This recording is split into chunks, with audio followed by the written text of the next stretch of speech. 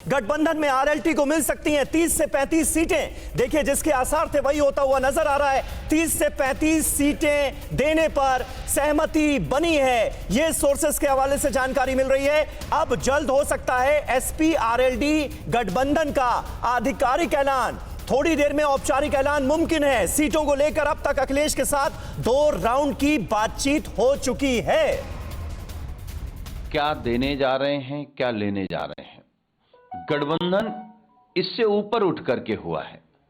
गठबंधन इसलिए हुआ है कि उत्तर प्रदेश से जो किसानों की लड़ाई है, जो बेरोजगार नौजवानों की लड़ाई है, जो पिछड़े और दलितों की लड़ाई है, जो शोषित और वंचित की लड़ाई है, उस लड़ाई को कैसे लड़ा जाए और भारतीय जनता पार्टी का कैसे सफाया किया जाए।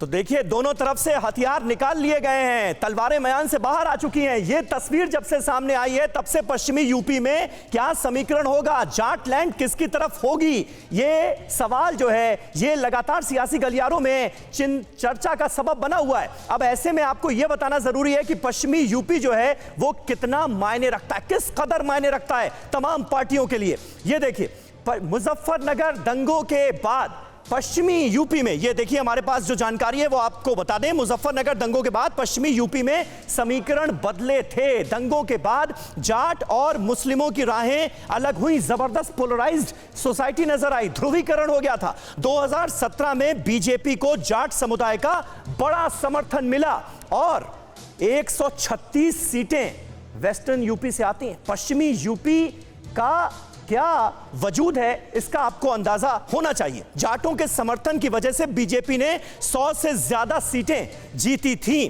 वेस्टर्न यूपी में। 2022 चुनाव में आरएलडी समाजवादी पार्टी के साथ होगी और समीकरण बहुत बदले हुए नजर आ रहे हैं इस बार। यह असलियत है, जाट वोट में आरएलडी इस बार सेंध लगा सकती है। 15 जिले ऐसे हैं वेस्टर्न यूपी के जहां पर यह माना जाता है कि अच्छा खासा प्रभाव आरएलडी का है।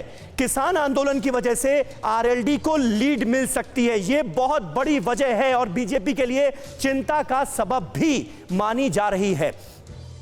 अब कहा यह जा रहा है कि इस बार बार्गेनिंग पावर जो है आरएलडी का वो थोड़ा बढ़ गया है, उसकी वजह भी यह किसान आंदोलन है। समाजवादी पार्टी को मुस्लिम समुदाय का समर्थन मिलता रहा है और इस बार भी समाजवादी पार्टी ये उम्मीद कर रही है कि मुस्लिम वोट बैंक तो हमारे साथ है ही, जाट वोट बैंक भी अगर साथ में आ जाता है और उसमें यादव वोट बैंक भी साथ आ जाता है तो हमारी जीत की राह आसान हो जाएगी। यह समाजवादी पार्टी का आकलन है।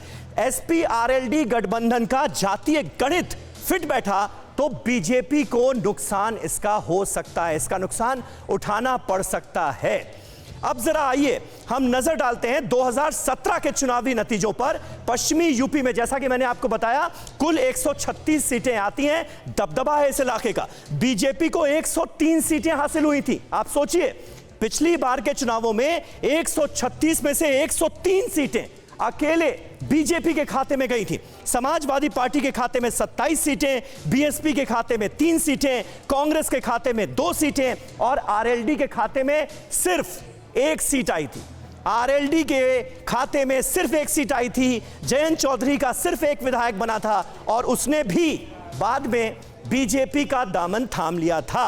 यह है हकीकत इस इलाके की। अड़ी सोमवार से शुक्रवार शाम 6 बजे सिर्फ टीवी 9 भारतवर्ष पर।